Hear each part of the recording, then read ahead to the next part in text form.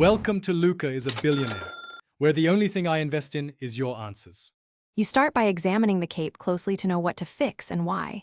Feel the fabric and test seams gently. Once done, remove loose threads and mark each defect with pins so you won't miss spots. Make sure to separate lining from shell when needed and lay the cape flat under good light. Have matching thread and a small patch ready. This sets you up to repair precisely rather than guessing and saves time in the detailed steps ahead. Next, address structural repairs. Start at the largest tier or split and work outward so tension is relieved. Once you open the lining, stabilize frayed edges with a narrow zigzag or stay stitch. Then realign fabric and use a backstitch for handwork or a straight stitch on the machine for long seams. Make sure to insert a matching patch beneath holes and baste it first, then finish with a neat top stitch so the repair blends while restoring strength and drape. Finally, restore function and appearance.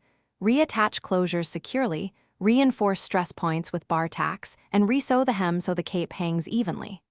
Once done, press the repaired areas to set stitches and remove creases. Trim stray threads and inspect under light. If you see puckering or uneven tension, make sure to loosen stitch length, use a stabilizer or interfacing, and resew the problem section. This single troubleshoot. Thanks for watching and please subscribe. It's the best investment you'll ever make.